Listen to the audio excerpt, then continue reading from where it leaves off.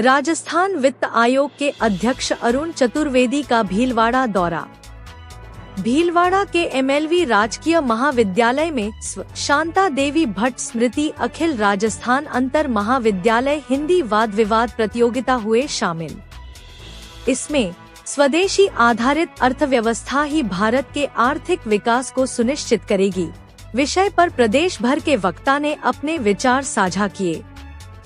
अरुण चतुर्वेदी मुख्य अतिथि रहे, साथ ही भीलवाड़ा सांसद दामोदर अग्रवाल, भाजपा जिला अध्यक्ष प्रशांत मेवाड़ा मौजूद रहे।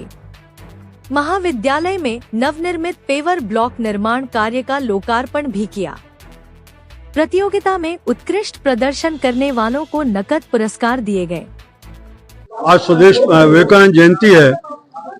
आज विवेकानंद जयंती के अवसर पर संपूर्ण देश को अपनी तरफ से शुभकामनाएं देता हूं और विशेष रूप से युवाओं के लिए उनका जो संदेश था, उठो जागो और तब तक मत रुको जब तक लक्ष्य की प्राप्ति नहीं आए, इस संदेश को ध्यान रखते हुए अपने जीवन के लक्ष्यों को तय करें, उसके लिए परिश्रम पूरा करें, राष्ट्र निर्माण में भूमिका का निर्वहन करें, इसकी आवश्यकता लगती है।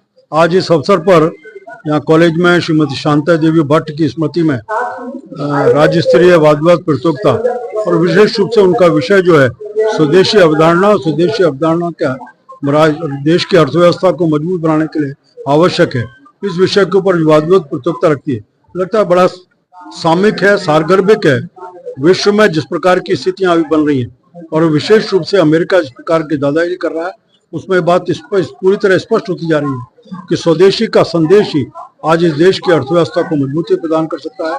हम केवल आर्थिक दृष्टि से नहीं, अपने जीवन यापन में अपना खान पान, रहन सहन और जीवन यापन की चीजें, उन सब में स्वदेशी को अपनाएं, इस बात का संदेश आज इस कार्यक्रम से हम लेकर के जाएं। इसकी आवश्यकता। सर, आप सातवीं वित्त आयोग के अध्यक्ष भी हैं। अभी कांग्रेस एक मनरेगा को लेकर के एक बवाल मचा रही है, उसके बारे में आप?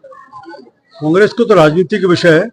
ये पहली बार श्री राम जी करके जो एक एक्ट इसका लाया गया है, उस एक्ट में बड़ा स्पष्ट है। पहले 100 दिन की आज मनरेगा के ऊपर कार्यक्रम था, उसको बढ़ा करके 125 दिन गया है। जहाँ भुगतान का समय पहले 2 सप्ताह होता था, उसको भी एक सप्ताह करने का काम किया है। मोटे तौर पर अब इसके माध्यम से आम आदमी को काम भी ज्यादा मिलेगा, भुगतान भी जल्दी होगा। केवल नाम के आधार पर विरोध खड़ा करके उसमें से एक जमीन को तलाश करने का काम कांग्रेस का कहना है। पहले 7 लाख करोड़ का आपको घाटा चल रहा है। घाटा तो कांग्रेस पार्टी को उसको देखना चाहिए कि जो उनके समय घाटा था वो मुफ्त की योजनाओं के ऊपर था।